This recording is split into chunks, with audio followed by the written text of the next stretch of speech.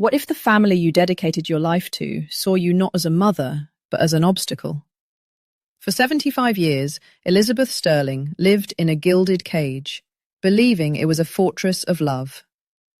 But when her husband died, the bars became terrifyingly clear. Her children wanted her home, her life, her legacy, and they were willing to cast her out like a stranger to get it. But they underestimated her. They mistook grace for weakness. They were about to discover that a matriarch's love can turn to a warrior's fury, and a golden cage can be melted down to forge a weapon. This is a story of betrayal so deep it rewrites the past, and a revenge so meticulous it will shatter the future. If you believe in justice, follow this story. Like, share, and comment with your thoughts below. And make sure you press that notification bell, because you will not want to miss a single second of what's coming. The air in Greenwich, Connecticut carried a late autumn chill that had nothing to do with the weather. It was a cold that seeped from the marble headstones and settled deep in the bones. A cold of finality. Elizabeth Sterling felt it, a profound and personal frost, even through the fine wool of her black coat. She stood beside the gaping wound in the earth that had just swallowed the polished mahogany casket of her husband, Richard. The scent of damp soil and the cloying sweetness of 1,000 white lilies formed a suffocating perfume. For 50 years, Richard had been the sun her world orbited.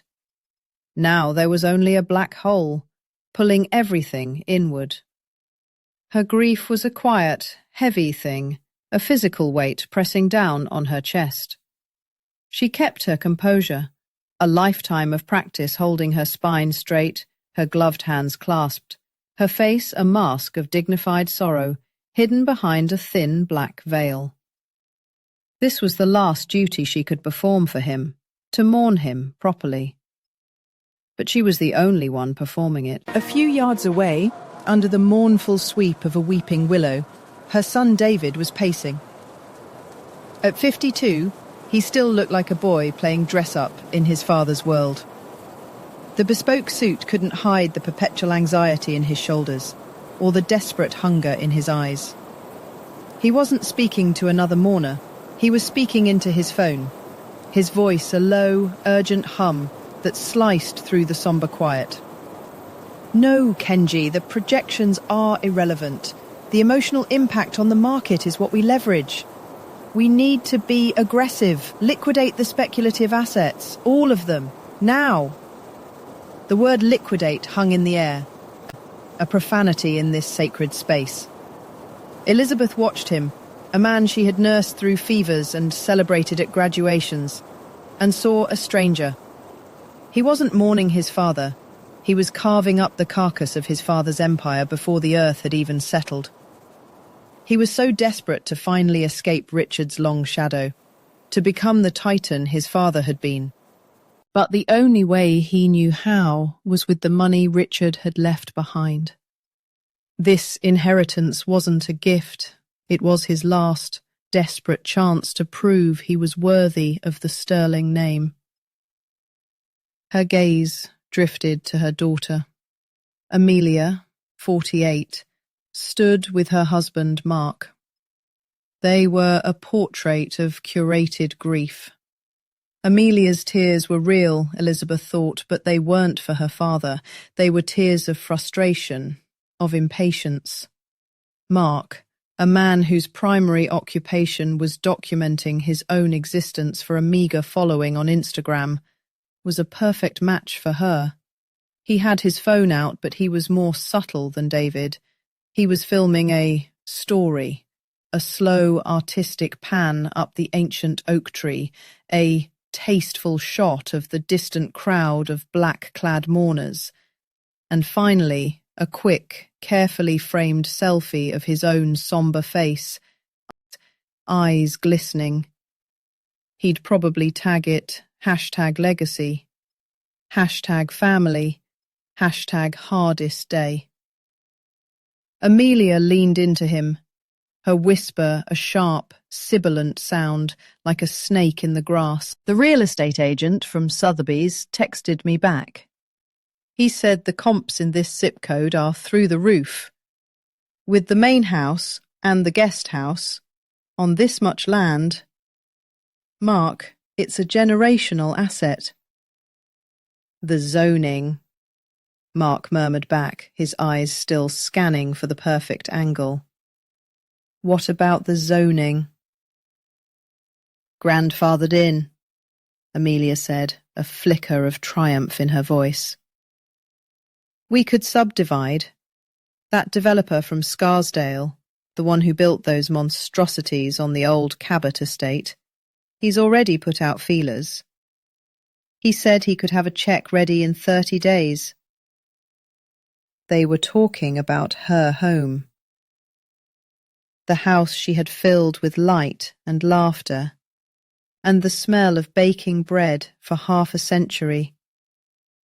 The gardens where she knew the name of every rosebush, the library where the worn leather chairs were moulded to the shape of her and Richard. To them, it was just land, comps, zoning, an asset. Elizabeth felt a sudden need for air. She turned away from the grave, from her children, and walked towards a secluded stone bench tucked behind a row of neatly trimmed hedges. She needed a moment, just one moment, to breathe, to feel her own undiluted grief. As she sat, the stone cold through her coat, she heard Amelia's voice again, closer this time, drifting through the leaves. She hadn't realised they had followed her. And we have to be strategic about it, Amelia was saying. We can't just kick her out, obviously. We'll frame it as a matter of her own safety. The stairs, the upkeep, is too much for her now. Mark's voice was placating. Of course, darling. We handle it with grace. For appearances. Then came the words that stopped Elizabeth's heart. It was Amelia, her voice devoid of all emotion, a simple statement of fact, a line item on a balance sheet. The sale can proceed as soon as we get the paperwork signed. It's all straightforward, really. Once Mum is settled somewhere else, she's the final obstacle. Obstacle. The word was a physical blow. It echoed in the sudden, ringing silence of her mind. She was not a mother. She was not a grieving widow. She was an obstacle, a problem to be managed, a final hurdle to be cleared before the real business could begin. A profound, terrifying chill, colder than any autumn wind, washed over her. She looked out at the sea of mourners, their faces a blur of polite sympathy. They offered condolences, their hands briefly touching her arm, but their eyes, she now realised, slid past her to David and Amelia, the new sun and moon of the Stirling dynasty. She was already invisible, a ghost at her own husband's funeral. The true mourning, the immense crushing weight of it, was hers and hers alone. She was adrift in a sea of her own family, and she had never, in her 75 years, felt so completely and utterly alone. The scent of funeral lilies clung to the air in the grand mansion for days, a sweet, cloying perfume of decay. It seemed to seep into the heavy velvet curtains, the polished mahogany of the banisters, the very bones of the house. It was the smell of an ending. Elizabeth moved through the silent rooms like a spectre, the silence itself a deafening roar, where Richard's booming laugh or the rustle of his newspaper used to be. The house, her fortress for 50 years, now felt cavernous, haunted by the future rather than the past. The confrontation, when it came, was not in the heat of a shouting match, but in the cold, calculated calm of a business negotiation. The doorbell chimed on the third afternoon after the funeral, a sound that made Elizabeth jump. It was Amelia and Mark. Amelia swept into the grand living room, not with a comforting hug, but with a sleek leather portfolio tucked under her arm. She was dressed in a sharp, cream-coloured pantsuit, the morning black already shed, replaced by the colours of commerce. Mark trailed behind her, his smile stretched thin and placating. "Mom," Amelia began, her voice a carefully modulated symphony of concern.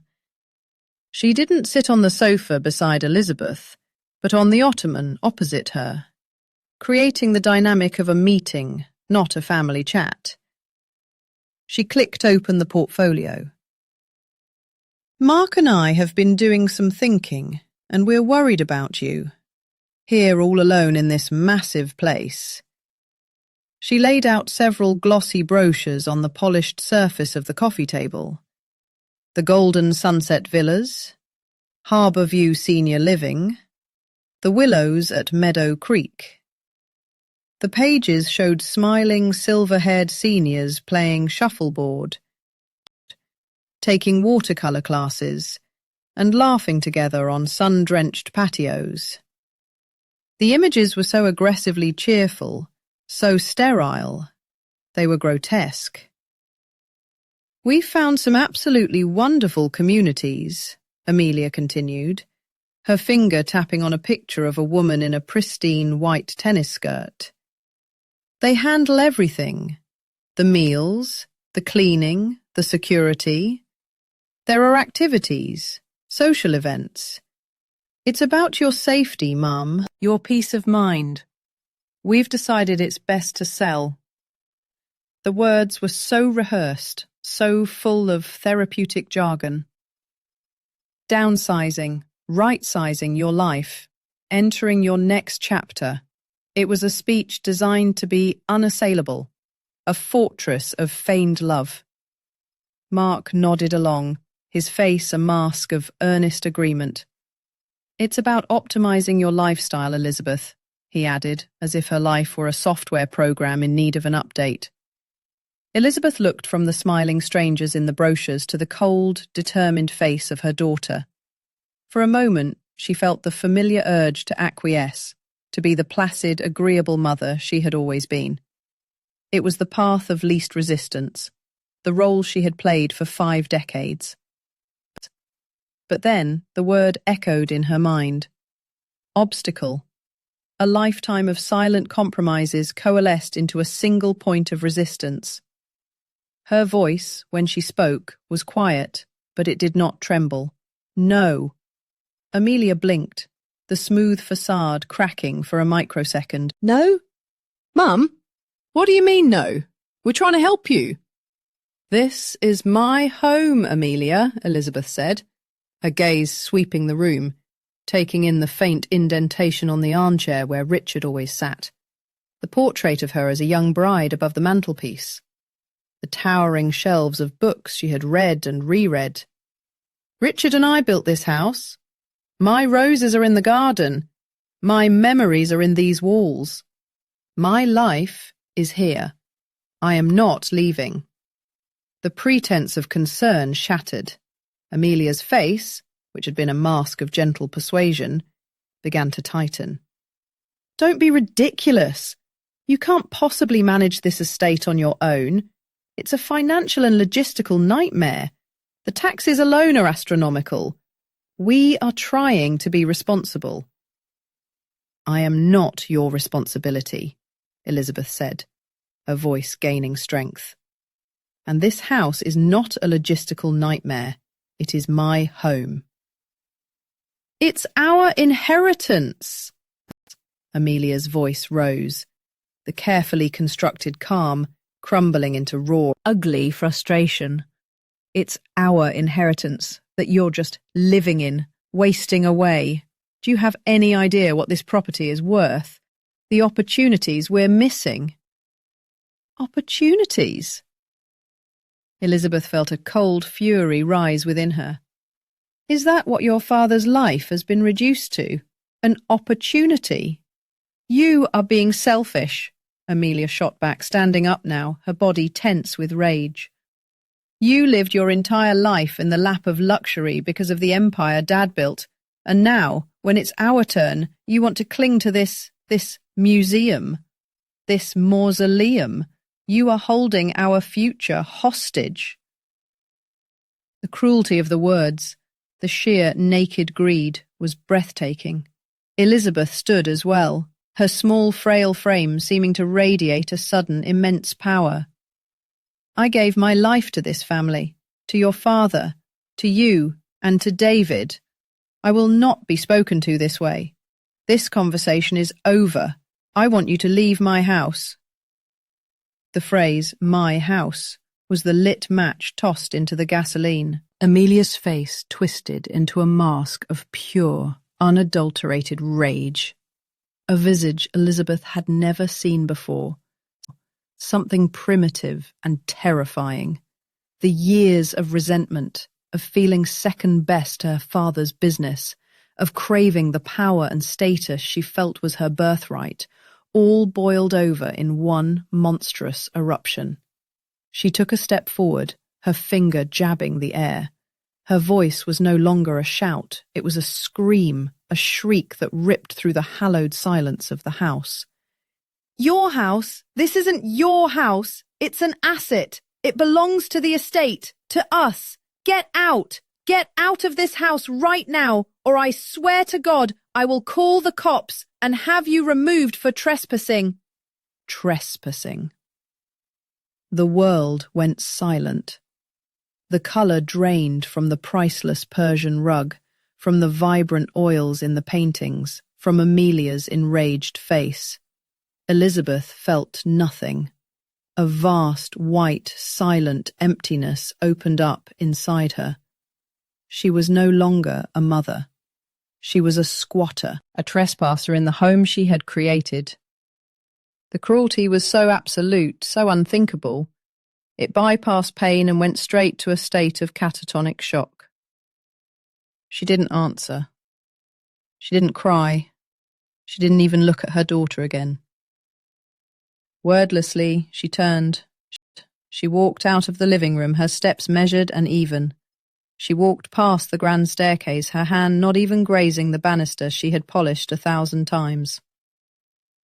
She walked up the stairs, each step a silent, final farewell. In the master bedroom, she moved with a strange, detached calm. She opened the walk-in closet, a cavern of couture gowns and designer shoes, a testament to the life of Mrs. Richard Sterling. She ignored all of it. She pulled down a single, small leather suitcase from the top shelf. She packed methodically. Not the jewellery, not the expensive cashmere sweaters. She packed 3 simple blouses, 2 pairs of slacks, undergarments, a worn copy of Leaves of Grass from her nightstand, a small, silver-framed photograph of a young, smiling Richard, taken long before he became a titan, back when he was just a man with a dream. And finally, from a small wooden box on her dresser, she took a delicate gold locket, the one her own mother had given her. She closed the suitcase. It was light. A life of 75 years, reduced to a handful of items. She walked back down the grand staircase. Amelia was still standing in the foyer, her rage having collapsed into a stunned, horrified silence as she watched her mother's silent, inexorable departure. Mark stood beside her, looking pale and utterly useless. Elizabeth walked right past them, her eyes fixed on the massive carved oak of the front door. She did not look at them. She did not say goodbye. Her hand closed around the cold brass handle. She pulled it open. The late afternoon light streamed in, cool and grey. She stepped across the threshold, out of the house she had entered as a bride 50 years ago, and without a single look back, she pulled the heavy door shut behind her. The solid, definitive of the latch echoed in the cavernous hall. It was the sound of a life ending. It was the sound of a prison door closing for the last time. The motel was an island of fluorescent anonymity, adrift in a sea of asphalt, just off the highway. The sign, with 2 flickering letters, promised vacancy and nothing more.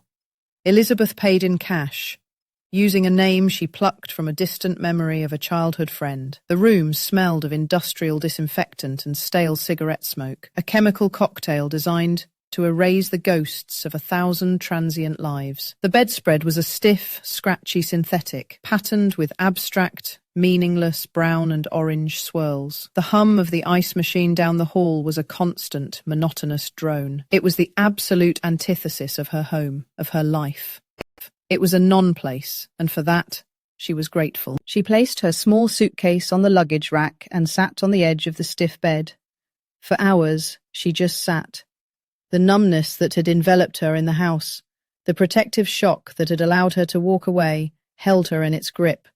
She watched the headlights of passing cars slice across the thin curtains, patterns of light and shadow dancing on the cheap particle board furniture. Then, slowly, like a great ice floe cracking under the pressure of a rising tide, the shock began to break. It didn't come as a flood of tears, not at first. It came as a torrent of painful, searing clarity. Decades of her life began to unspool in her mind, but the film was different now. The colour was gone, the soundtrack warped. Every memory was being recontextualized through the brutal lens of two words: obstacle and trespasser. A memory surfaced, a dinner party perhaps 10 years ago. She had just finished a fascinating biography and tried to bring it up over dessert. She remembered the exact moment. She'd said something about the author's prose, her voice full of quiet enthusiasm. David, sitting beside her, had reached over and patted her hand in that gently dismissive way of his. "That's nice, Mum," he'd said, his smile patronizing, before turning to the hedge fund manager across the table. Now, as I was saying about the hostile takeover of Gentek, she had been silenced. Not rudely, not aggressively, but completely. She hadn't been a participant in the conversation, she had been decorative scenery, a smiling, silent figurehead at the end of the table. Another memory, more recent. Richard had installed a new state-of-the-art smart home system. Lights, security, climate, all controlled by a sleek, inscrutable tablet. She had been trying to learn it, tapping uncertainly at the screen. Amelia had walked in, sighed a long theatrical sigh of impatience, and taken the tablet from her hands. "Oh, Mom, honestly, just let me do it." "It's too complicated for you. You'll mess up the programming." It wasn't meant to be cruel. Not then. But it was. It was the casual, unthinking assumption of her incompetence. The slow, steady erosion of her agency, drip by painful drip. She saw them all now. A lifetime of slights and condescensions she had brushed aside, explained away as generational differences, as the preoccupations of busy, important people. Every family gathering, where she was praised for her hosting, for the flowers, for the food, but never asked for her opinion on the world. Every holiday, where her children explained new technology to her, in slow, simple terms, as if she were a child. She had been the keeper of the hearth, the guardian of tradition, the happy matriarch, but it had all been a performance. She had been playing a role, in a play, written and directed by her husband, and now being produced by her children. The realization settled in her bones, cold and hard as marble. Her life had not been a partnership, it had been a proprietorship. Richard hadn't built a family, he had built a dynasty. And she was its most valuable, most placid asset. She was the bird in the gilded cage, singing a pretty, harmless song, fed and cared for, but a prisoner all the same. The cage was so beautiful, so comfortable, that she had never even thought to test the bars. A final, powerful memory broke through, so vivid It felt like the present. A sun-drenched afternoon, 51 years ago. She and a young Richard, not yet a Titan, just a man burning with ambition, sitting on a picnic blanket on a wide, empty sweep of land overlooking the Sound. The land where their house would one day stand. He was pointing, sketching their future in the air with his hands. His eyes were full of a fierce, possessive love she had mistaken for devotion. His words echoed in the sterile quiet of the motel room, as clear as if he was sitting beside her. "Everything I do, Elizabeth," he had said, his voice ringing with conviction as he swept his arm across the vista. "Everything I build, it's to create a fortress for this family, a place where nothing and no one can ever touch us, a safe harbour." In the harsh, unforgiving, fluorescent light of the motel, she finally understood the true meaning of his words. He hadn't been building a fortress to keep the cruel world out. He was building a prison to keep her in.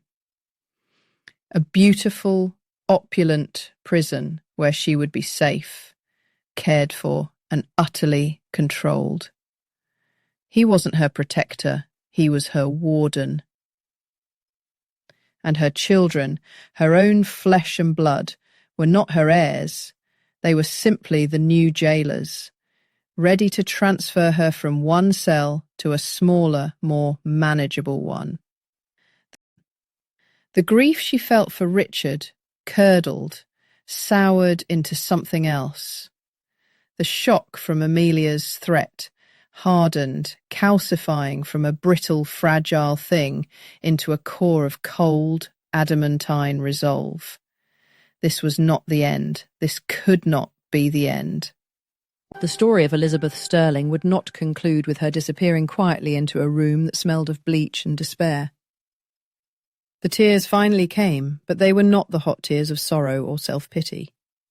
They were cold, silent tears of rage, a rage so pure and so deep it felt cleansing. It burned away the last vestiges of the woman she had been, the placid wife, the accommodating mother, the silent matriarch. She stood up and walked to the grimy window, pushing aside the curtain. She looked at her reflection in the dark glass, superimposed over the endless, indifferent stream of highway traffic. She saw the wrinkles, the frailness of her frame, the silver hair.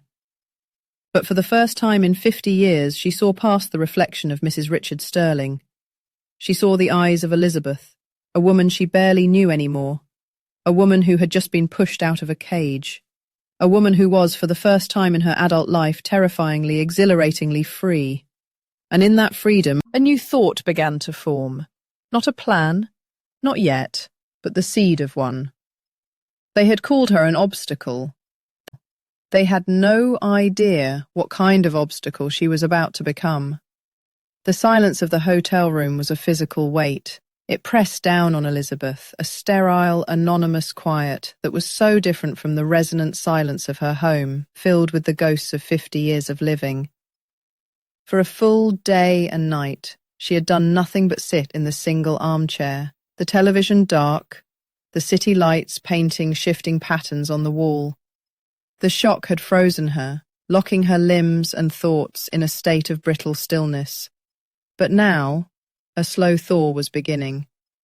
It started as a tremor in her hands, then a heat behind her eyes. It was anger. A cold, clear, unfamiliar anger that burned away the fog of grief and disbelief. There was only one person, one single thread in the fabric of her family that hadn't been woven with the coarse fibres of greed and deceit. She picked up the cheap hotel phone, its plastic cool against her skin. Her fingers, usually so steady when arranging flowers or signing charity checks, trembled as she dialed the number from memory. It rang twice, a hopeful, piercing sound in the suffocating quiet. "Grandma? Is that you?" The voice was like a key turning in a long, rusted lock. Leo, her grandson. 17, with a mind as sharp as his cheekbones and a kindness that seemed entirely out of place in Amelia's world. "Leo, my dear," she said, and was startled by the waver in her own voice. She cleared her throat, trying to reclaim some semblance of the matriarch he knew.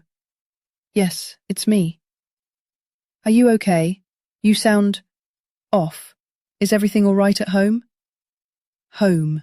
The word was a punch to the gut. No, Leo, nothing is all right. She took a steadying breath, the carefully constructed dam of her composure beginning to crack. Your mother and Uncle David. They're selling the house. A beat of silence on the other end. What? Selling? Grandma, that's crazy. They can't. That's your home. They can, Leo. Apparently they can. They told me I needed to move into a facility. A home.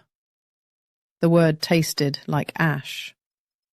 When I refused, your mother, she told me to leave. She said if I didn't, she would call the police and have me removed for trespassing. A sharp intake of breath, followed by a low, furious curse. She what? No, she wouldn't, Grandma. She couldn't have said that. She did, Elizabeth said, her voice dropping to a whisper, and I believed her. So I left. I'm in a hotel. A hotel? Where? Are you safe? I'm coming to get you right now. The panic in his voice was genuine, a balm on her frayed nerves. No, Leo, you will do no such thing. You cannot get involved directly. Not yet. But there is something else. I tried to pay for the room with my personal debit card. It was declined. I tried to log into my bank account online. It says my access is blocked. The line went quiet for a second, but it was a different kind of silence now. It was the silence of a quick mind processing, connecting dots. She locked you out, he said, his voice flat with dawning horror. That monster. She financially paralyzed you. She left you stranded, thinking you'd have no choice but to crawl back and beg to be put in that place. Yes, Elizabeth said simply. I believe that was the intention. Okay, Leo said, his tone shifting entirely. The panicked teenager was gone, replaced by someone calm, focused, and deeply dangerous. Okay, Grandma, we are going to fix this. Right now. Are you on your laptop? Yes, I have it here. Good. Go to the bank's homepage. Click on Forgot Password. But I haven't forgotten it, Leo. It's just... I know, Grandma. Just do it. This is how we get around her. They'll ask for security questions. Did you set them up, or did Dad or Mom? Elizabeth thought back. Richard insisted we set them up together. Years ago, he was very particular about it. Your mother wouldn't know the answers. Perfect, Leo breathed. What was your first pet's name? Bartholomew, a ridiculous basset hound. What was the street you grew up on? Willow Creek Lane. Who was your favourite teacher? Mrs. Albright. She taught me to love poetry. He was typing furiously on his end. She could hear the soft, rapid click of his keyboard. Okay, they're sending a one-time code to your phone, the one they can't have gotten their hands on. Read it to me when it comes through. A moment later, her mobile, which she had clutched like a talisman since leaving the house, chimed. She read the 6 digits to him. And we're in, he said, a note of triumph in his voice. Now, create a new password, something she could never, ever guess. Something that means something only to you. Elizabeth looked around the soulless room, at the life she had been cast into. Freedom, she whispered. She typed it in. FREEDOM25. Password changed, Leo confirmed. Now, let's check the damage. He guided her through the menus. Her personal account, the one Richard had set up for her, with a generous allowance she'd barely touched for decades, was intact. But her access to the main family trust, the household accounts, everything that truly oiled the Sterling machine, was gone. She was surgical, Leo muttered. She cut you off from the operational funds but didn't touch your personal savings. probably so she could claim she wasn't leaving you destitute, just managing your affairs because you're unwell. It's cleaner that way, more insidious. Thank you, Leo, Elizabeth said, feeling the first genuine warmth she had felt in 48 hours spread through her chest. I don't know what I would have done.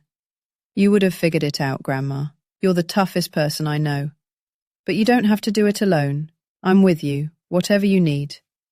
Think of me as your ghost in the machine. A small wry smile touched Elizabeth's lips. My ghost in the machine. I like that. What are you going to do now? He asked, his voice softening again. The anger from before returned, but now it had a purpose. It was a tool. I'm going to find a place to think, she said. A place where I can work. And then I'm going to understand. Understand what? Everything, she said, her gaze drifting to the window, to the sprawling city below. I spent 50 years as the mistress of a house I never truly knew. I think it's time I learned what was in the basement. The next morning, Elizabeth checked out of the hotel, paying with her newly liberated funds. She didn't look like a woman on the verge of war. She looked like any other well-heeled widow in a tasteful camel coat, her silver hair perfectly coiffed. But beneath the placid surface, a new resolve had hardened into steel. She didn't look for an apartment, she looked for an office. She found it in a drab, anonymous building downtown, sandwiched between a tax accountant and a logistics firm. The space was small, soulless, with beige walls and a grey industrial carpet. It smelled of stale coffee and photocopier toner. It was perfect.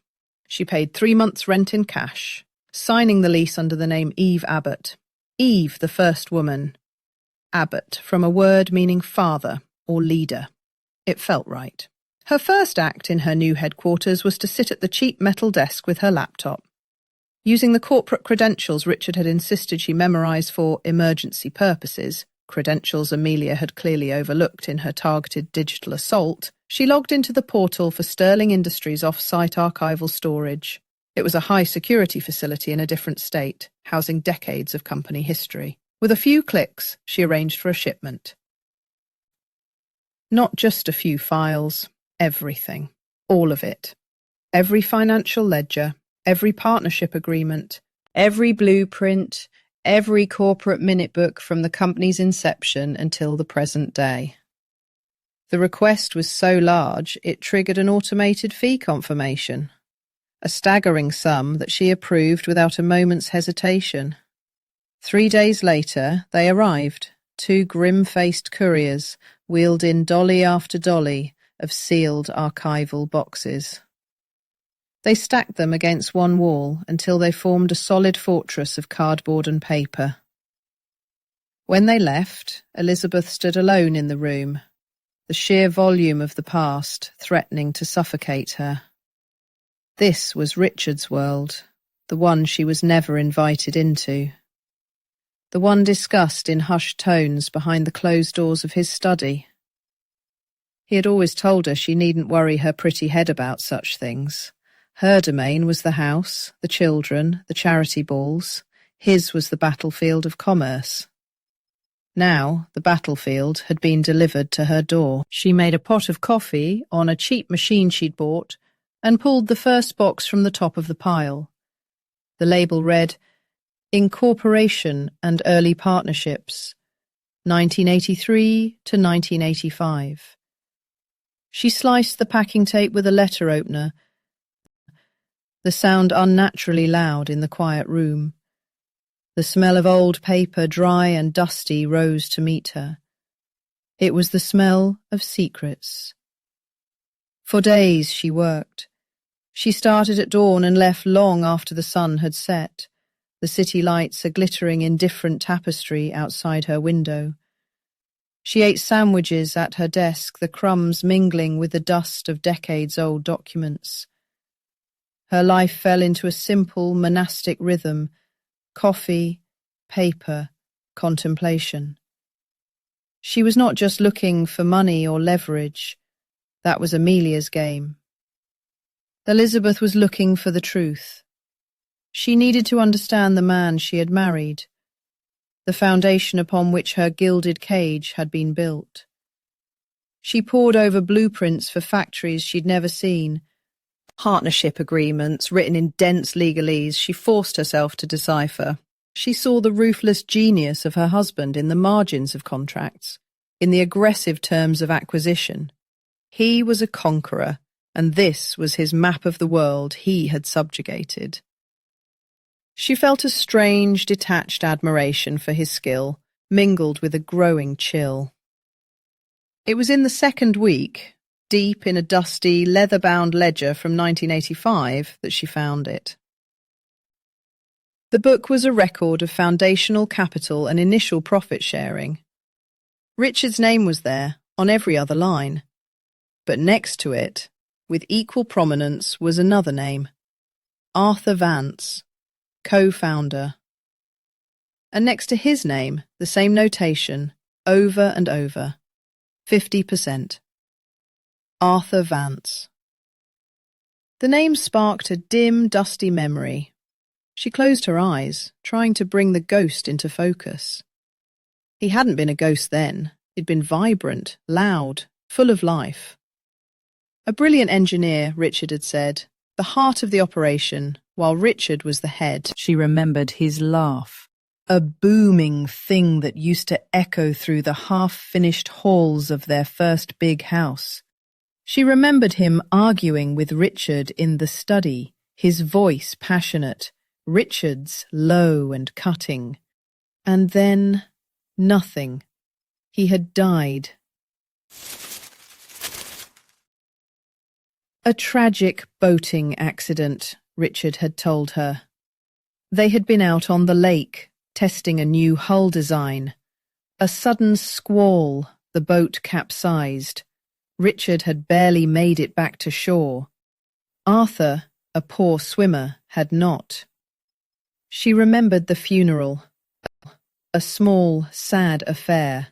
A weeping widow, a young daughter with wide, terrified eyes. Richard had been a pillar of strength, delivering a eulogy that moved everyone to tears.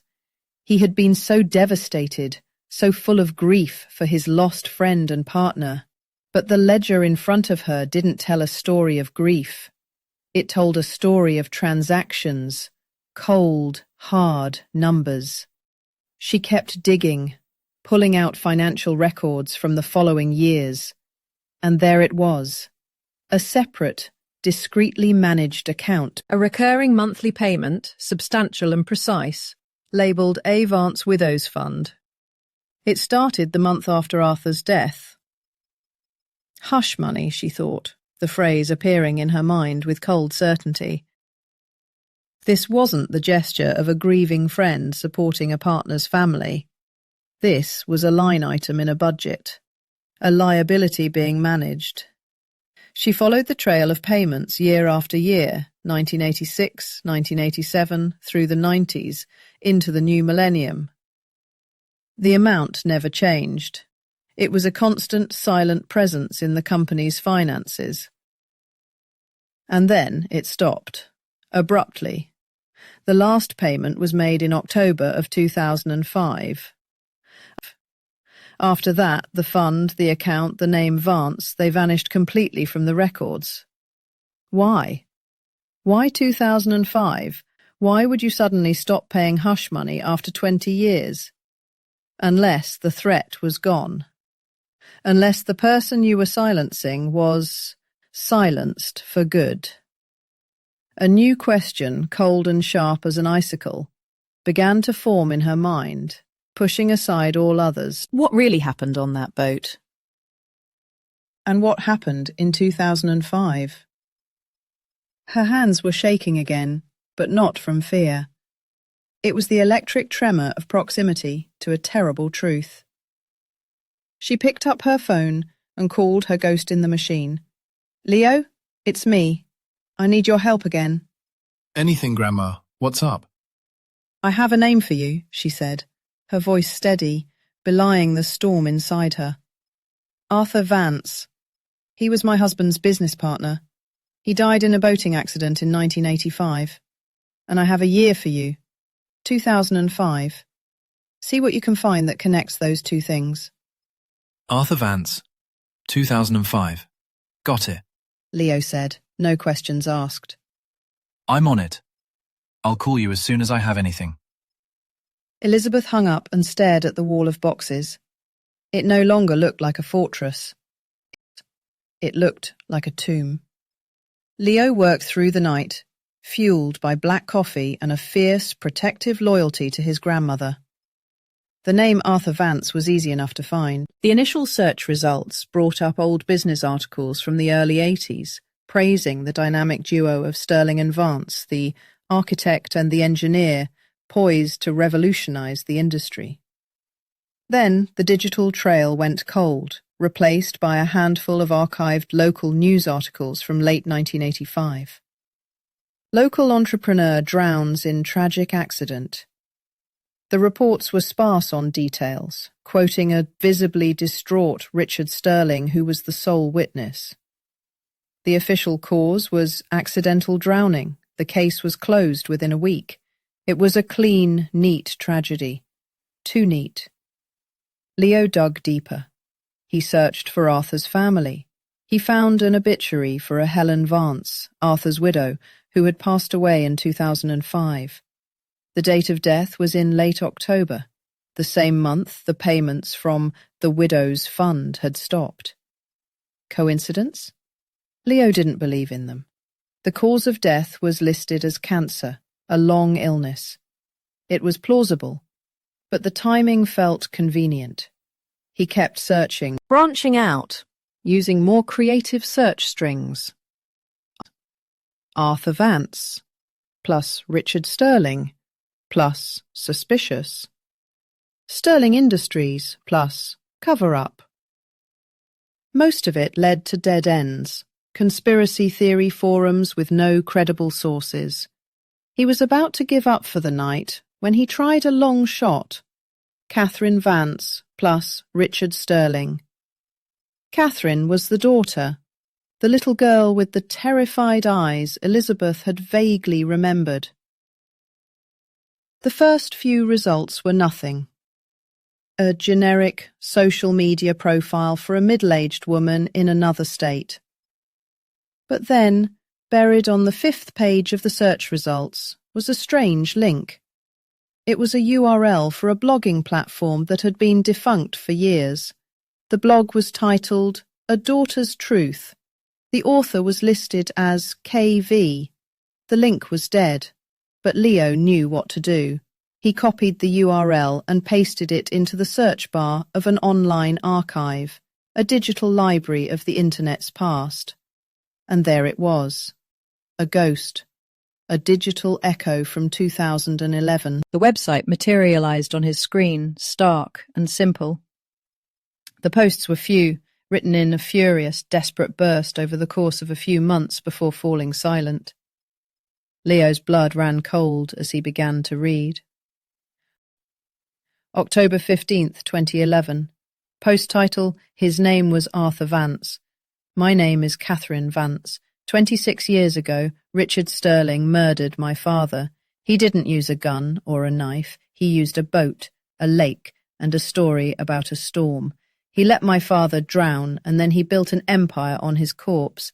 Everyone called him a hero, a grieving friend, a pillar of the community. I called him a monster, but I was just a child. No one listens to children. October 22nd, 2011. Post title, The Price of Silence. After the accident, Sterling came to my mother. He was all sympathy and sorrow. He offered to buy out my father's 50% share in the company. He said it was the only way to protect her, to give her financial security. My mother, shattered by grief, signed the papers. He bought my father's genius, his life's work, for a pittance, for pennies on the dollar. And then, for 20 years, he sent a check, every month. It wasn't kindness. It was a gag, a down payment on our silence. We lived in a comfortable prison built by the man who killed our patriarch. My mother was too afraid to ever speak out. She said he would ruin us. She spent the rest of her life looking over her shoulder. The money stopped the day she died. Her silence was finally paid in full. November 5th, 2011. Post title: Does anyone hear me? I have no proof that a jury would accept. I have only my memory. I remember the arguments. My father yelling that Richard was cutting corners on safety, that he was making deals with criminals. My father said he was going to expose him, that he would rather burn the company to the ground than build it on dirty money. The next week, he was dead. I have a mother who died of fear as much as she died of cancer. I have a lifetime of looking at Richard Sterling's face on magazine covers, hailed as a visionary. He's not a visionary, he's a thief and a killer, and I am his loose end. Leo sat back, a profound chill settling deep in his bones. This was it, the first piece of external corroboration. It wasn't hard evidence, but it was a testament. A raw, angry scream from the past that perfectly mirrored the cold, dark suspicion growing in his grandmother's office. He took screenshots of every page, saved the archived link, and attached it all to an email. The subject line was simple: Grandma.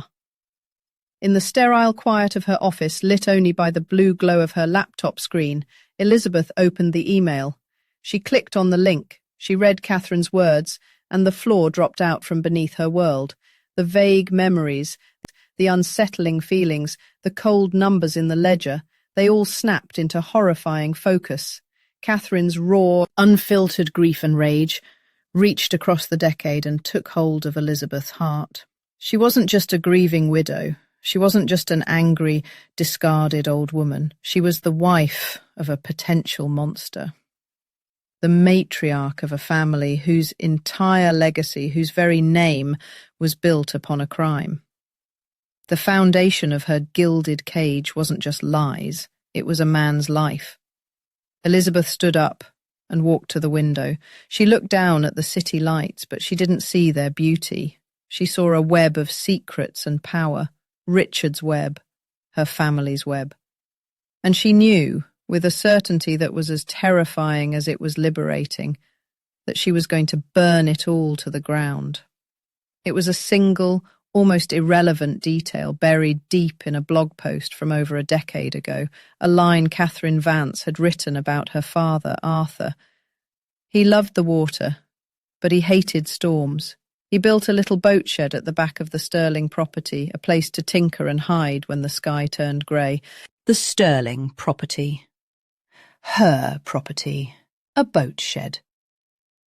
Elizabeth's mind, a quiet archive of 50 years of memories, suddenly produced a file. It wasn't a structure she thought about. It had been old when they bought the house, a relic of a previous owner. Richard had always intended to tear it down, but never had. It sat at the far edge of the lawn, near the rocky decline to the water, slowly being reclaimed by ivy and time. But now it was a landmark. A piece of a map she didn't know she was holding. The key felt alien in her hand, cold and sharp.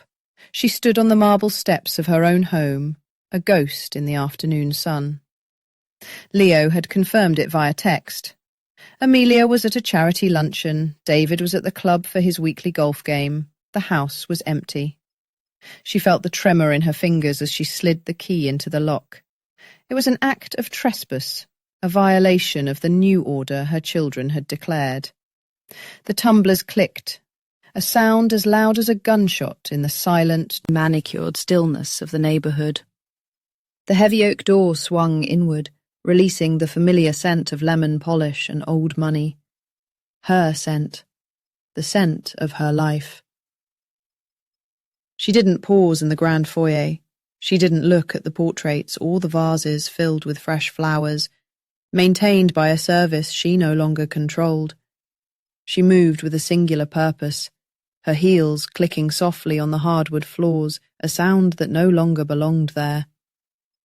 She went past the sweeping staircase, through the formal dining room, and to a small, unassuming door near the kitchen. The door to the attic stairs. The air that met her as she opened it was thick and warm, smelling of cedar, dust, and time itself. She pulled the chain, and a single bare bulb flickered to life, casting long, dancing shadows over the steep, narrow steps. Each step was a labour. Her knees ached, protesting the climb. The heat intensified, pressing in on her, a physical weight of forgotten history. The attic was Richard's domain of neglect, a repository for everything that no longer fit the pristine image of the life downstairs. Broken furniture, stacks of old magazines, holiday decorations in crumbling boxes. And, in the far corner, under a grimy dormer window, were the trunks. Heavy, brass-latched steamer trunks from a different era. One for each child. David was stenciled on one in faded black paint. Amelia on the other. She knelt, her joints crying out, and lifted the heavy lid of Amelia's trunk. The hinges groaned. Inside, the past lay dormant. A collection of a life she remembered vividly, yet felt impossibly distant. A bronzed baby shoe, a stack of report cards held together with a brittle rubber band. A dried corsage from a high school dance, its petals like flakes of ash. A small stuffed bear, one eye missing. Elizabeth's fingers, trembling slightly, sifted through the layers. She didn't know what she was looking for, a letter, a photograph, a forgotten note from Richard, anything that might connect to the boat shed, to Arthur Vance, to the gnawing unease that had taken root in her soul. Her fingers brushed against something hard and smooth. It was tucked at the very bottom, beneath a folded cheerleading uniform. A small book, no bigger than her hand, bound in cheap, wine-coloured leather. The cover was blank except for a single word embossed in flaking gold leaf. Amelia. Her heart began to beat a slow, heavy drum against her ribs. It was a diary. A 5-year diary, the kind girls are given for their 10th birthday, with a tiny, useless lock and key. The lock was broken. She opened it. The pages were filled with the looping earnest cursive of a preteen girl. Notes about school, complaints about her brother, doodles of horses and hearts. The mundane, innocent chronicle of a privileged childhood. Elizabeth paged through it, the scent of old paper rising to meet her. She flipped past entries from 1983, 1984. Then she found it. An entry dated August 14th, 1985. The handwriting was different. Spidery, rushed, the letters digging into the page. It's raining so hard. Mum and Dad were supposed to take me for ice cream, but Dad got a call and had to go meet Uncle Arthur at the house. He was mad. I've never seen him so mad. The sky got black and the thunder was so loud it shook my windows. I hate thunder. I went to the old boat shed to hide. It's spooky, but the sound isn't as bad in there. I was hiding behind the old sail covers when they came in. Elizabeth had to stop. She drew a ragged breath, the hot, dusty air searing her lungs. Her hand was shaking so badly the words swam before her eyes. She forced herself to continue reading. They were yelling. I've never heard Daddy yell like that. He was saying things about money, about promises. Uncle Arthur was yelling back. He called Daddy a thief, a liar. He said he would tell everyone. Daddy said, "You will do nothing." His voice was so quiet, but it was scarier than the yelling. There was a noise, a pushing sound. Then a big, loud splash from outside by the dock. It was louder than the rain. I peeked through the crack in the door. Daddy was standing on the dock all alone. He was looking down at the water. He just stood there for a long time. The rain was all over him. Elizabeth's vision tunneled. The attic, the dust, the heat. It all receded, leaving only the small cream-coloured page and the childish scrawl. The final paragraph was written with a different ink, a darker blue, as if penned later. Daddy found me. I was so scared he'd be mad I was hiding. But he wasn't mad. He came over and knelt down, and his coat was all wet and cold. He hugged me so tight I couldn't breathe. He said, "Uncle Arthur had an accident. He's gone now." He said we never had to worry about money again, ever. He said this was our secret, a secret to keep the family safe. He said I was a good daughter, our secret for the family. Wishing the Elity to needs a trade on these status and central livera. The diary slipped from her fingers and landed silently on the dusty floorboards. The world did not spin. Time did not stop. Instead, a terrible, profound clarity descended upon Elizabeth. It was not a physical blow. It was worse. It was a chemical change in the very fabric of her being. The foundation of her entire life, the 50 years of marriage, the children she raised, the home she kept, the fortune she enjoyed, cracked down the middle. It wasn't a foundation. It was a tombstone. Richard Sterling, her sophisticated, ambitious husband, was a murderer, and her children, her beloved children, for whom she had sacrificed her own ambitions, her own identity. They knew. They had always known. Their entitlement, their casual cruelty, their designer clothes and luxury cars and Ivy League educations, all of it was blood money. Their entire lives were built upon a shared, monstrous secret. She wasn't just the wife of a killer. She was the mother of his accomplices. The silence of the attic was absolute. The single bulb above her hummed a tiny, insignificant sound in the vast, roaring emptiness that had just opened inside her. She didn't cry.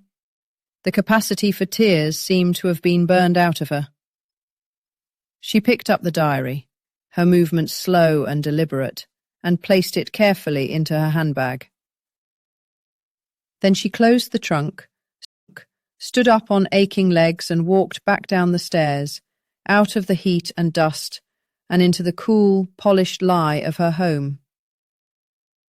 The call came 2 days later, not to her, but to the front desk of the Marriott where she was staying under her maiden name.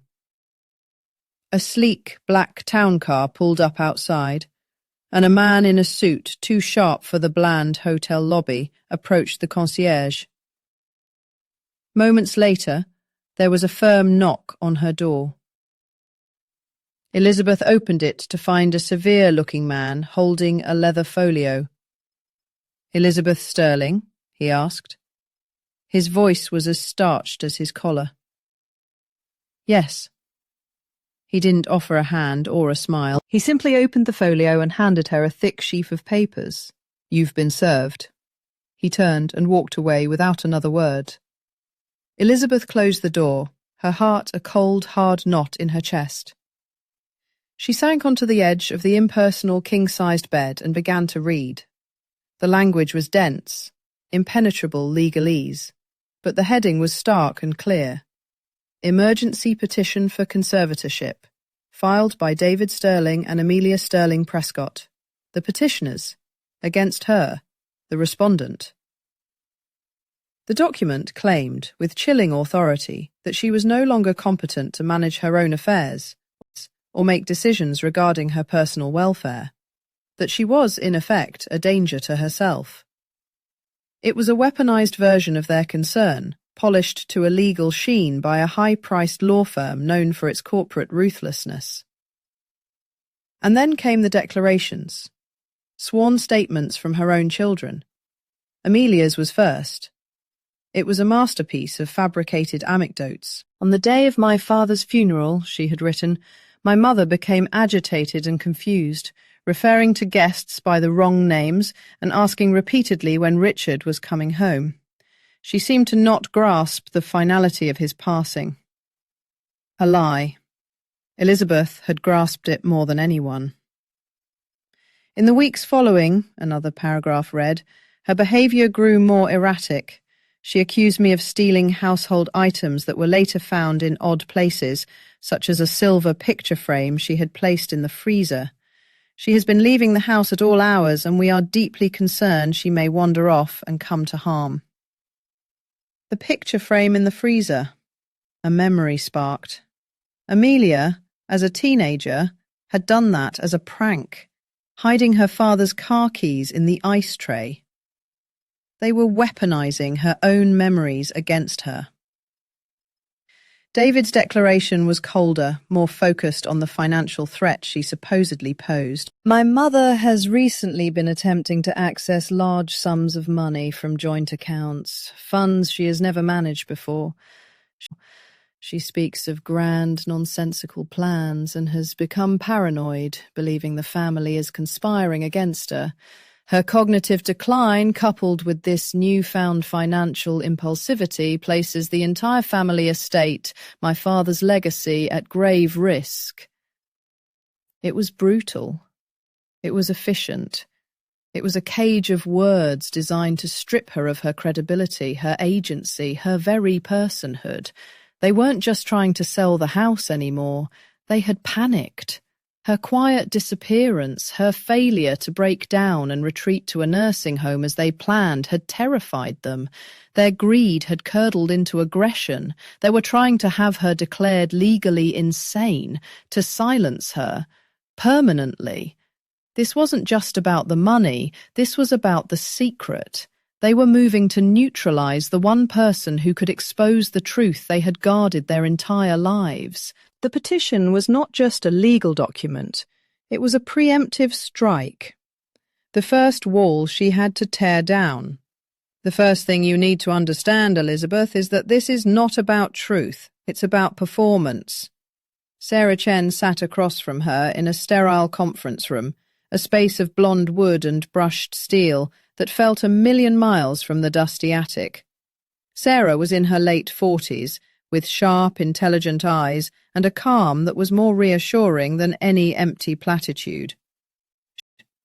She had been recommended by a contact of Leo's, a quiet referral to one of the sharpest family law and estate litigators in the city. They will put your children on the stand, and they will perform the role of concerned, grieving children forced to make a terrible choice for their mother's own good. They will be convincing. They will lie, Elizabeth said, her voice flat. Pathologically, Sarah agreed, not missing a beat. And with the conviction of people who believe their own lies, our job is not to prove you are a perfect, lucid individual. Our job is to prove you are not what they claim. We need to dismantle their narrative, piece by piece. The day of the hearing was grey and overcast, the sky the colour of dishwater. Elizabeth wore a simple navy blue dress, her hair pulled back neatly. She felt a strange, detached calm as she walked into the courthouse, Sarah at her side. She saw them across the hall, David looking uncomfortable in his suit, his face grim. Amelia, her expression a perfect mask of sorrowful duty, her hand resting on her husband's arm. They wouldn't meet her eyes. Inside the courtroom, she had to listen. She had to sit perfectly still as Amelia took the stand, her voice trembling artfully as she recounted the story of the picture frame in the freezer. She spoke of her mother's episodes of confusion, of her dangerous paranoia. The lawyer, a slick man with silver hair and a predator's smile, guided her with gentle, leading questions. And this must be terribly difficult for you, Mrs. Prescott. It's heartbreaking, Amelia whispered, dabbing a dry eye with a tissue. We love our mother. We just want her to be safe. David was next. He was less polished, but his bluntness was just as effective. He spoke of financial records, of erratic behaviour, of his duty to protect his father's legacy from a woman who was no longer herself. He portrayed her as a fragile, confused old woman, a liability. Elizabeth listened to the carefully constructed fiction of her own life, a narrative designed to erase her. She felt the eyes of the judge on her, searching for the cracks, for the confusion her children described. She met his gaze and held it, her expression unreadable. She was stone. She was ice. But beneath the surface, a fire was banking its coals. That night, back in the soulless quiet of her hotel room, the stone began to crack. The adrenaline of the courtroom faded, leaving behind a hollow, aching exhaustion. She scrolled through the photos on her phone, a habit she'd developed to feel less alone. And then she saw it. A picture Leo had digitized for her from an old album. Amelia, age 5. She had a gap-toothed smile, her hair in messy pigtails, and she was hugging Elizabeth's leg, her small face pressed into the fabric of her mother's skirt. She was looking up at the camera with pure, uncomplicated adoration. A wave of grief so profound it was physical washed over Elizabeth.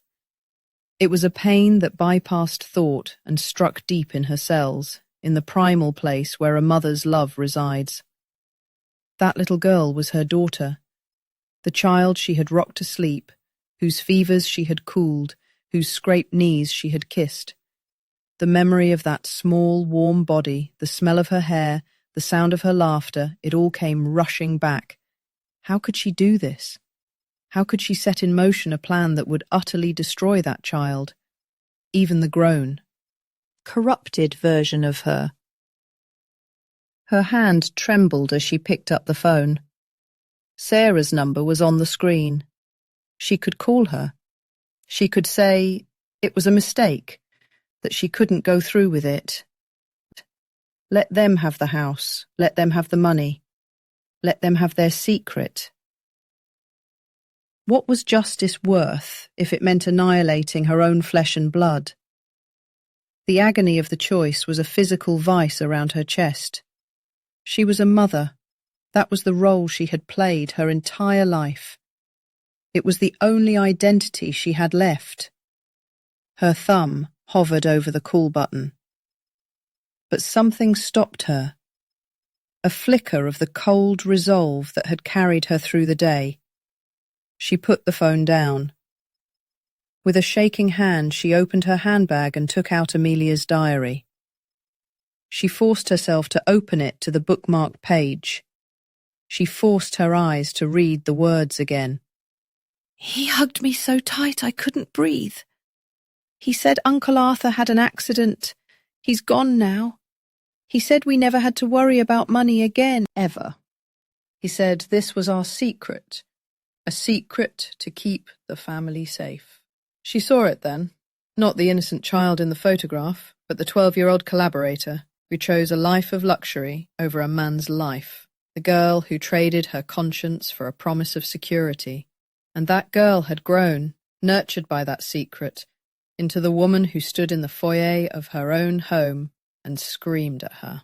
The sound echoed in her memory, sharp and ugly. Get out!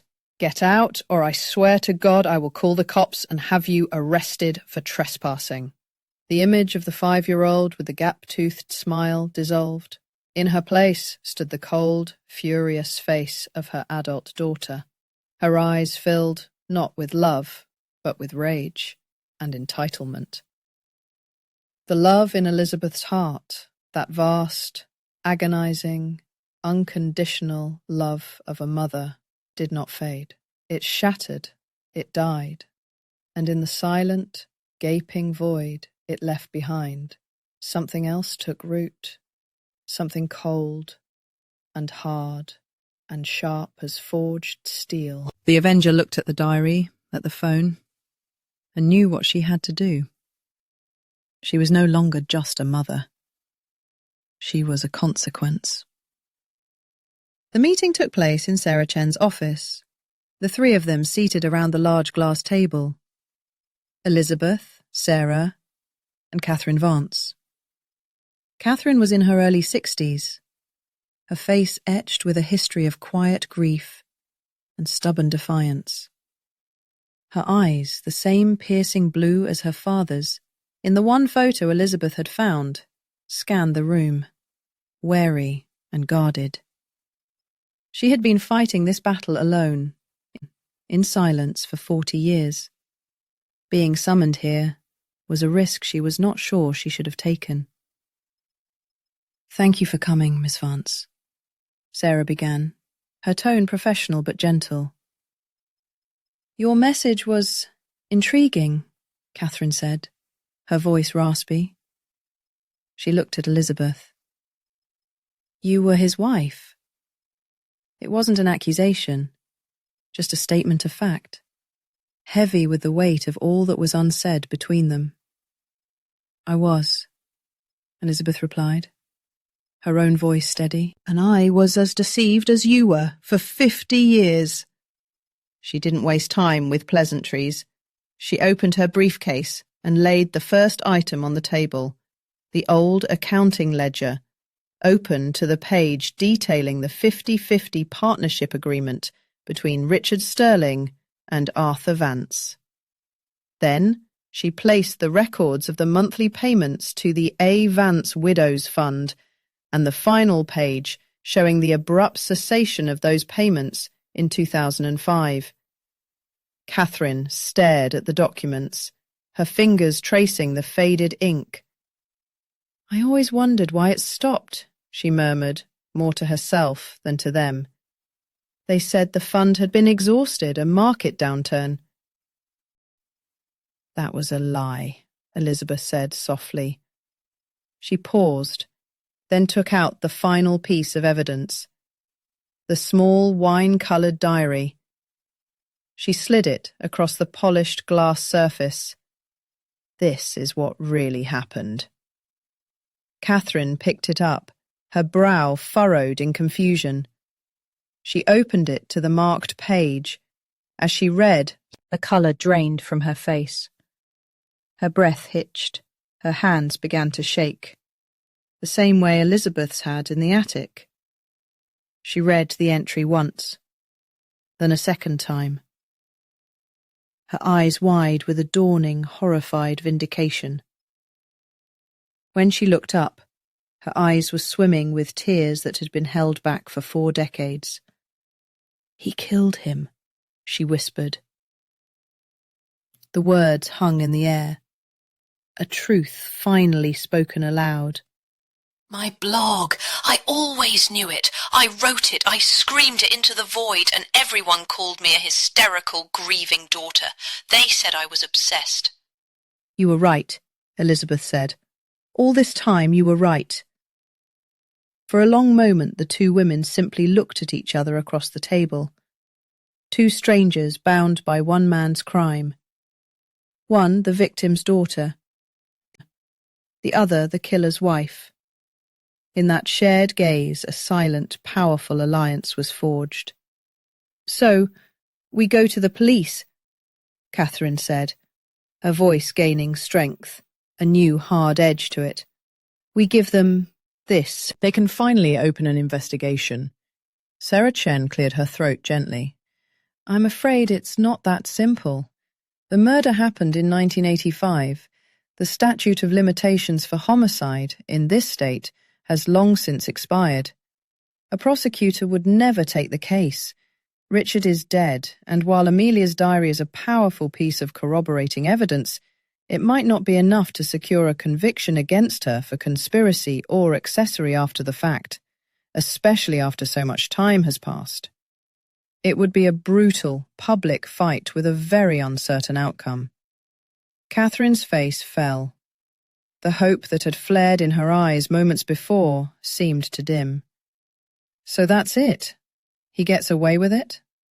They all get away with it?"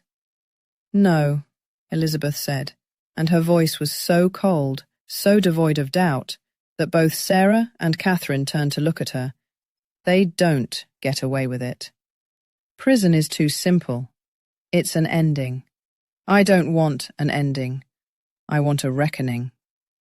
Sarah leaned forward, a thoughtful, calculating look on her face.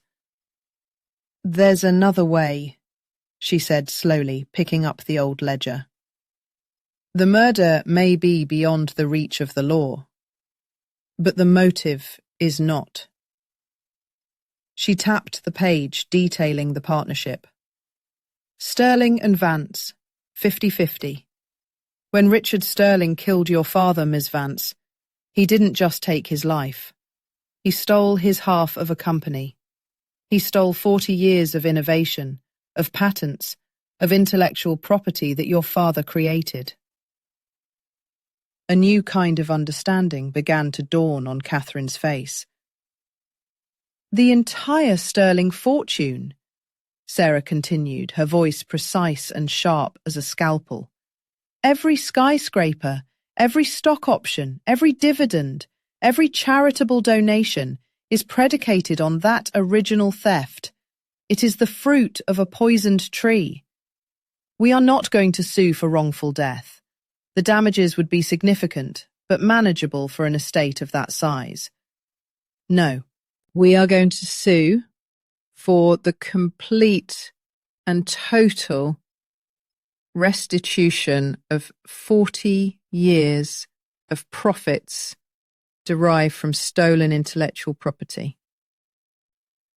We will argue that 50% of the Sterling global empire from its inception legally belongs to the estate of Arthur Vance. Sarah paused, letting the magnitude of her words sink in. We will demand a full accounting, every transaction, every asset, and we will demand half of it back, with interest. It's a number so large it won't just hurt them.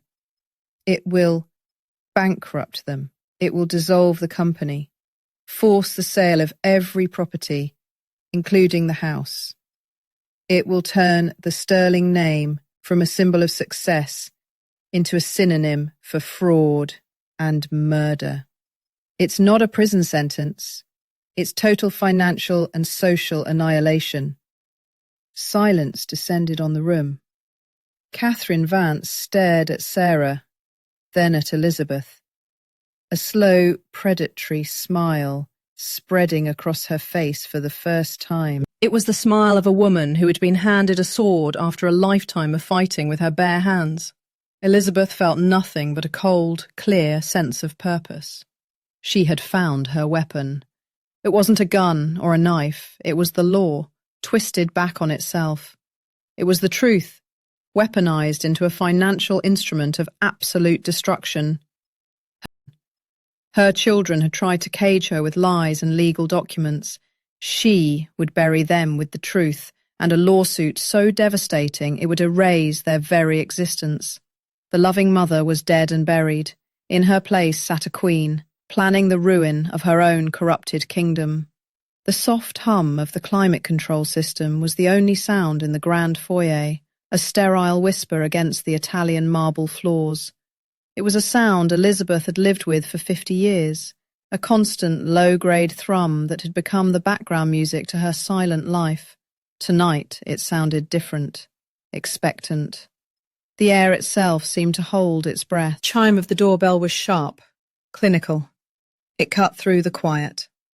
And Elizabeth, standing in the archway of the living room, felt a stillness settle over her, a strange, crystalline calm that was entirely new. She watched as the housekeeper, a woman she'd known for 2 decades but had never truly spoken to, opened the heavy oak door. There they were. Amelia first, her chin held high, a vision in a cream-coloured pantsuit that probably cost more than the housekeeper's monthly salary. Her smile was tight, practiced, the kind one uses for photographers and business rivals. Behind her, David. His face a mask of weary impatience. He looked at his watch the moment he stepped over the threshold, a gesture of a man whose time was far too valuable for this family matter. And then there was Mark.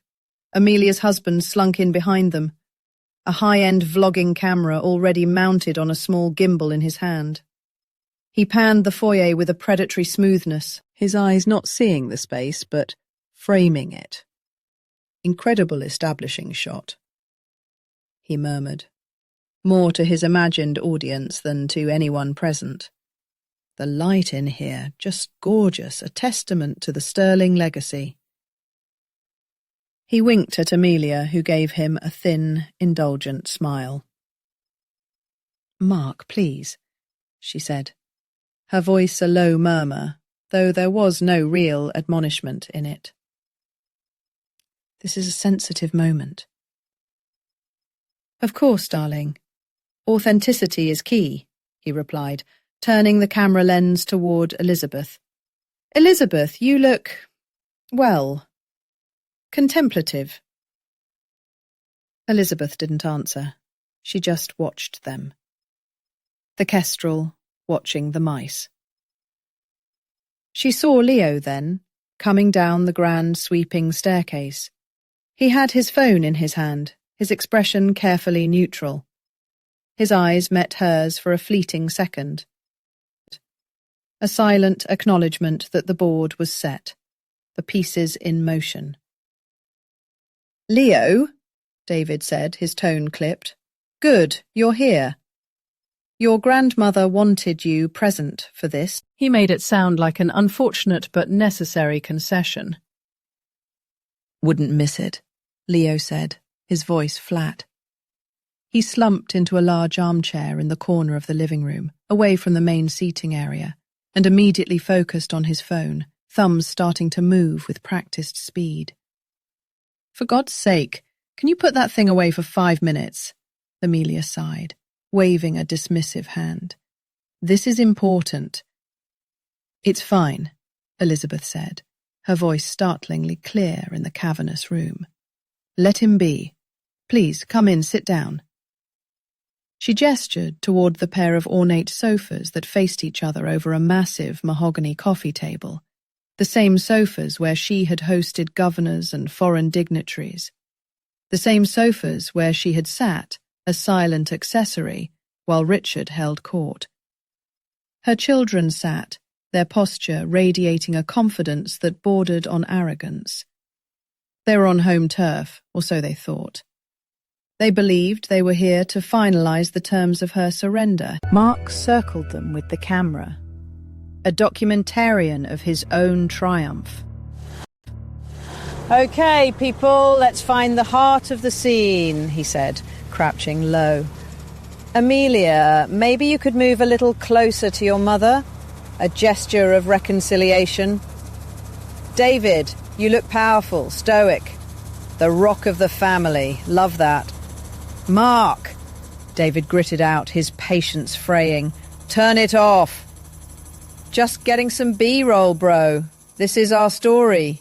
The Sterlings, healing and moving forward. It's going to kill on Instagram.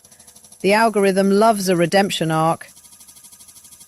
Elizabeth ignored him. She looked at her daughter, then her son. "You wanted to talk," she said. "I'm listening."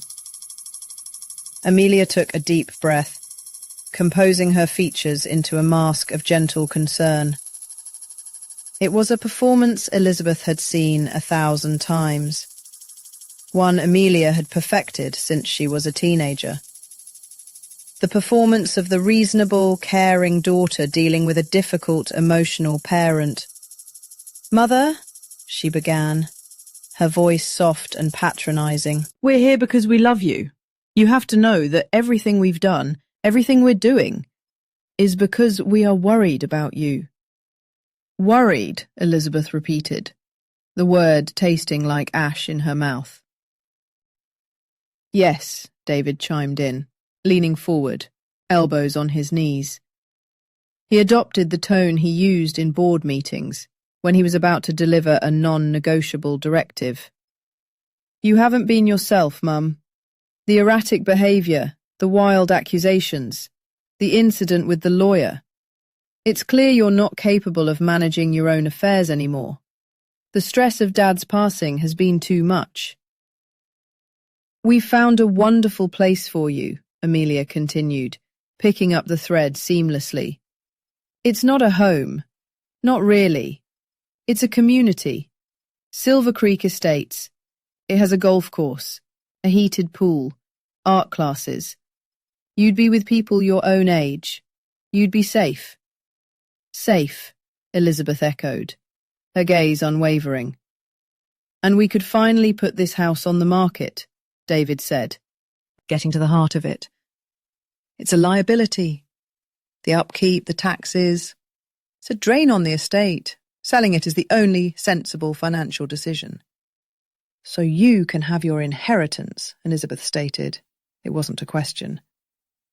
A flash of annoyance crossed Amelia's face. It's not just about the money, Mother. It's about practicality. It's about moving on, for all of us. This house is a mausoleum. It's full of ghosts. Oh, you have no idea, Elizabeth said, her voice a low whisper. Mark, still filming, leaned in. That was good. So much subtext. Can you say that again, Elizabeth, but maybe look toward the window? A little more wistfully. Mark, I swear to God I will throw that camera into the fireplace, David snarled. Okay, sheesh. Hostile work environment, Mark muttered, pulling back but keeping the camera rolling. The conservatorship hearing is next week, Amelia said, her voice hardening slightly. Our lawyers are very confident. We have affidavits from your doctors, from staff. It would be so much better for everyone, especially for you, if you just agreed. Sign the papers tonight. We can put all this ugliness behind us. We can be a family again. She reached out as if to place a hand on Elizabeth's arm. It was a gesture meant for the camera, a hollow pantomime of affection. Elizabeth didn't flinch, didn't move. She simply stared at her daughter's perfectly manicured hand until Amelia, unnerved by the lack of response, let it fall back into her lap. You believe this is what your father would have wanted? Elizabeth asked, her voice dangerously quiet. David scoffed. Dad was a pragmatist. He wouldn't want his legacy tied up in a depreciating asset and sentimentality. He would want us to be secure. Secure, Elizabeth repeated, nodding slowly. Yes, security was always very important to him.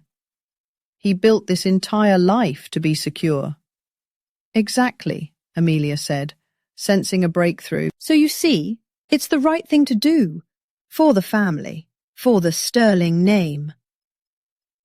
Elizabeth let the silence stretch. She looked at their expectant faces, gleaming with the sheen of imminent victory.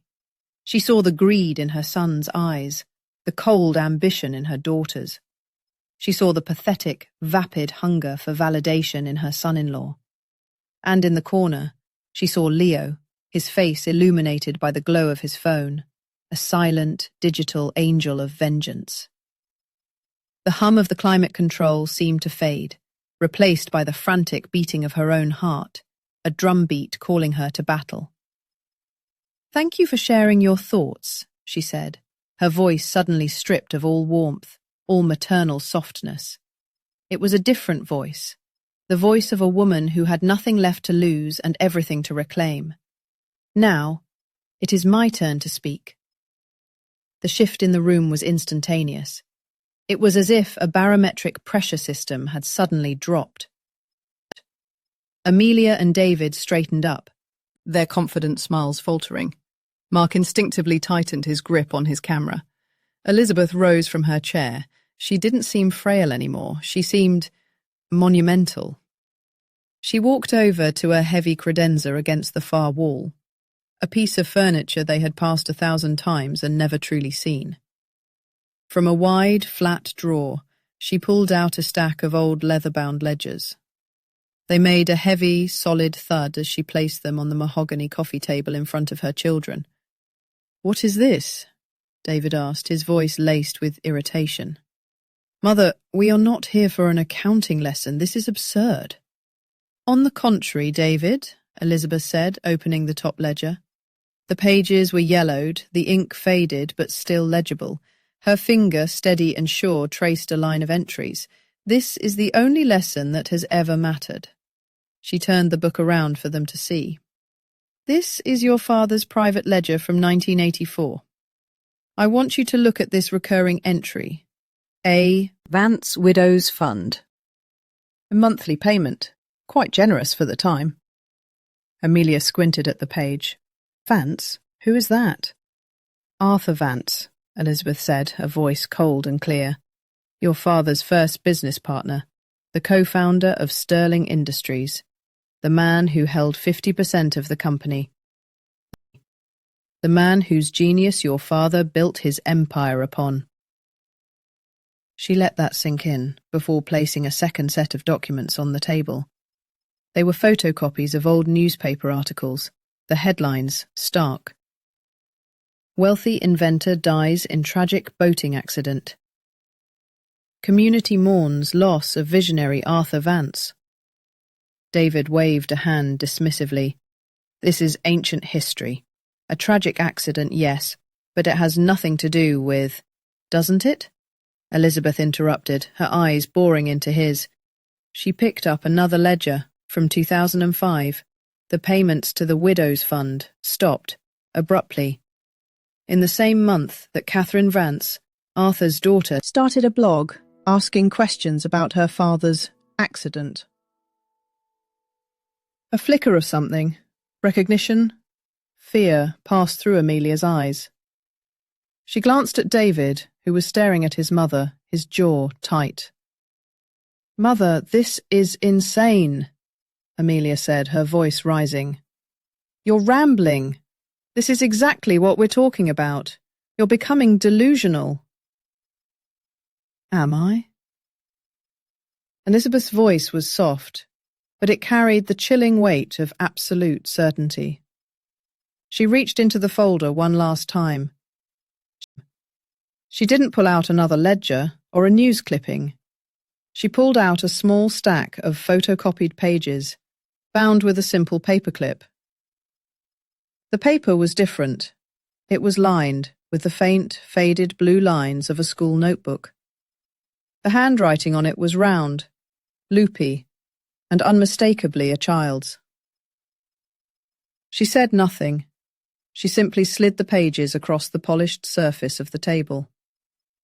They stopped directly in front of Amelia. The change in her daughter was profound and terrifying. The colour drained from her face, leaving her skin a waxy, sickly grey. Her carefully constructed mask of composure didn't just crack, it shattered. Her breath hitched in her throat, a choked, guttural sound. She stared at the pages as if they were a coiled serpent. David leaned over, confused. What is it? What is that? Elizabeth looked directly at Amelia. Her voice was no louder than a whisper, but it filled the entire, silent room. Why don't you tell him, Amelia? Or would you rather I read it aloud? It's your own words, after all.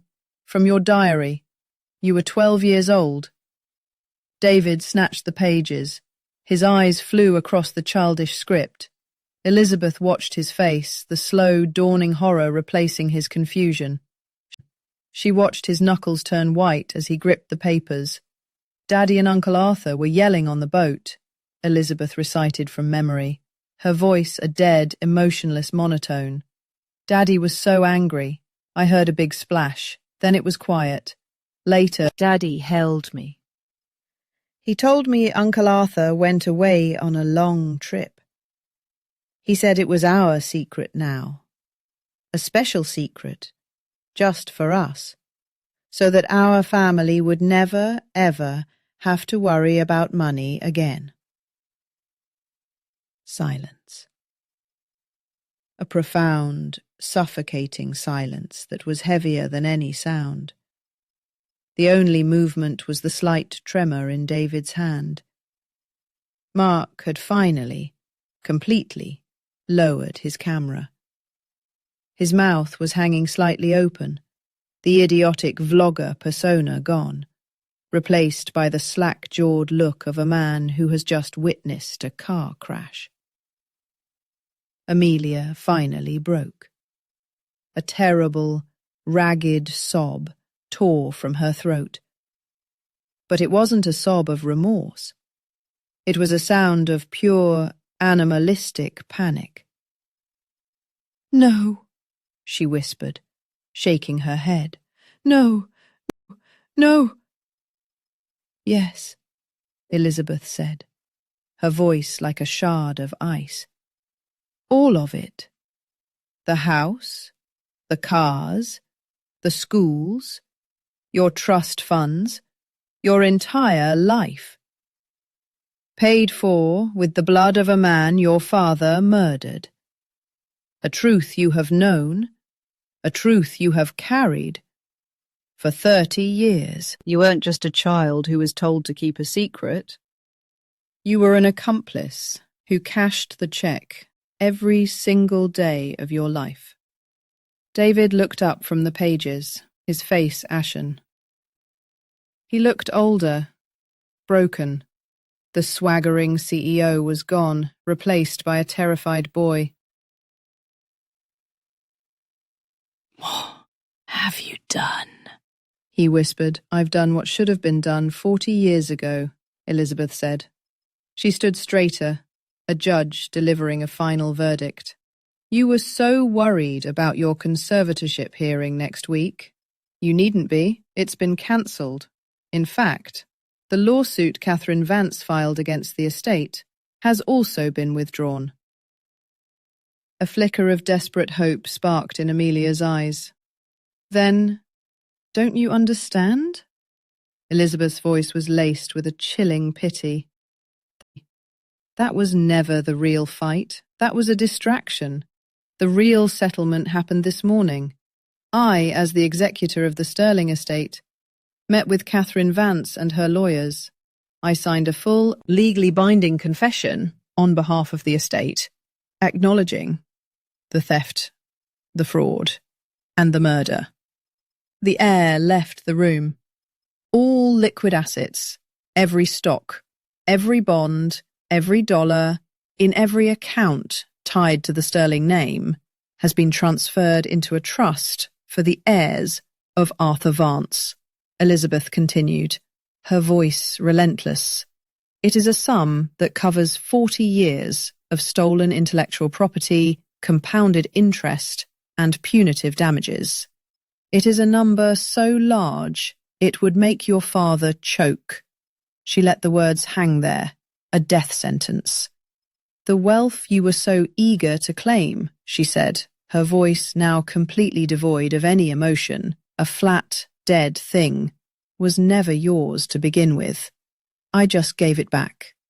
She paused, then gestured with her chin toward the corner of the room, where Leo was now sitting up, his phone held steady in his hand, the screen facing them. A small red light glowed in the top corner. "And your public legacy," Elizabeth said, "is now cemented. The stream just ended." Leo lowered the phone. On his face was not the look of a triumphant teenager, but one of deep, sorrowful gravity. 157 viewers, he said, his young voice cutting through the horror. Catherine Vance, her entire legal team, and 12 of the most influential financial journalists in the country. They all saw it. They heard everything. The finality of it was absolute. It was not just ruin, it was annihilation. Financial, social, and personal. Amelia let out a scream. It was not the sound of grief or guilt. It was the raw, untethered shriek of pure, selfish fury. The fury of a spoiled child whose favourite toy has just been smashed on the pavement. She lunged to her feet, her face contorted. You old bitch! You've destroyed us. You've destroyed everything." David didn't move. He sat hunched over, the diary pages fallen from his hand, utterly broken. He looked like an empty suit. The man inside scooped out and discarded. Mark fumbled with his camera, his hands shaking, a pathetic instinct to try and erase the evidence, to rewind a moment that was now burned into the digital soul of the internet forever. Elizabeth watched the chaos she had wrought. She felt nothing, not triumph, not satisfaction, just a vast, cold emptiness where 50 years of pain used to be. The gilded cage was finally broken, and its inhabitants were screeching in the ruins. She stood up, her back straight, her head held high. She was the mistress of this house one last time. She looked at her hysterical daughter, her broken son, her pathetic son-in-law, and with a voice that echoed with the chilling authority of her daughter's own cruel words from weeks ago, she delivered the final blow. "Now," she said, "get out of my house."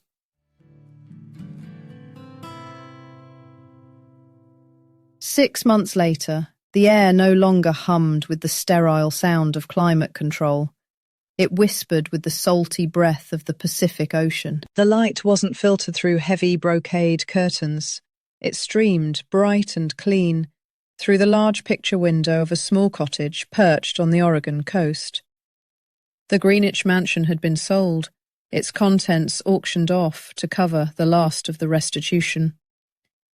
The sterling name was now a permanent footnote in financial textbooks, a byword for scandal and spectacular collapse. Amelia and David were ghosts, mired in endless lawsuits from furious investors. Their social circles evaporated, their lives reduced to a desperate scramble to stay out of bankruptcy court.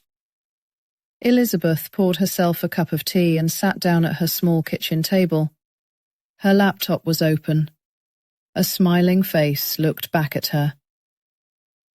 "The waves look big today, Grandma," Leo said. He was in his dorm room, a poster for some obscure band on the wall behind him. He looked happy. He looked free. "They are," Elizabeth smiled. "The surfers are out in droves.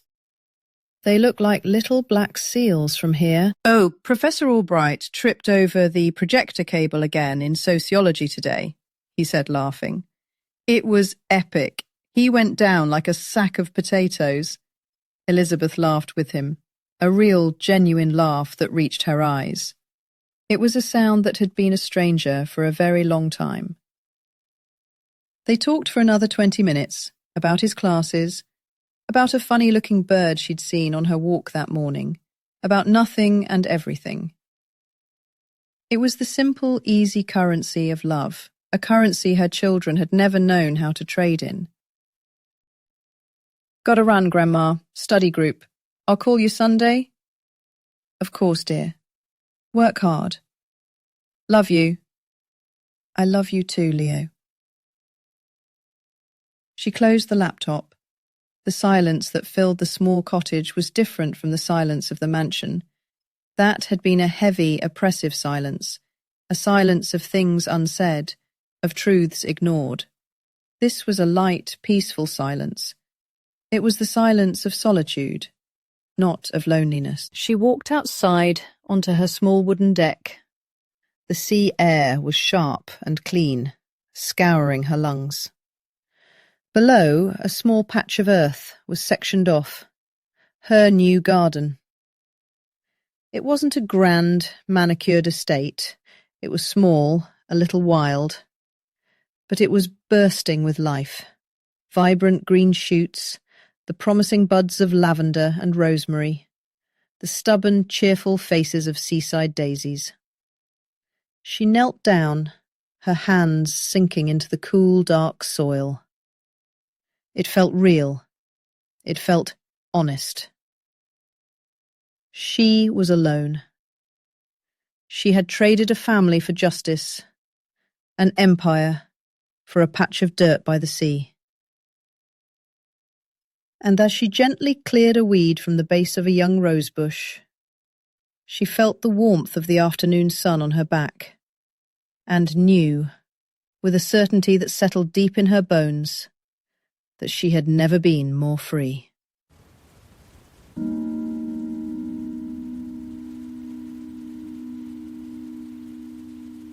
The silence was no longer a cage, it was a garden, and it was hers to tend. What do you think Elizabeth will plant next in her garden of freedom? Share your ideas in the comments below And let us know what you would do to reclaim your life after breaking free. Don't forget to like and subscribe for more stories of quiet strength and incredible resilience.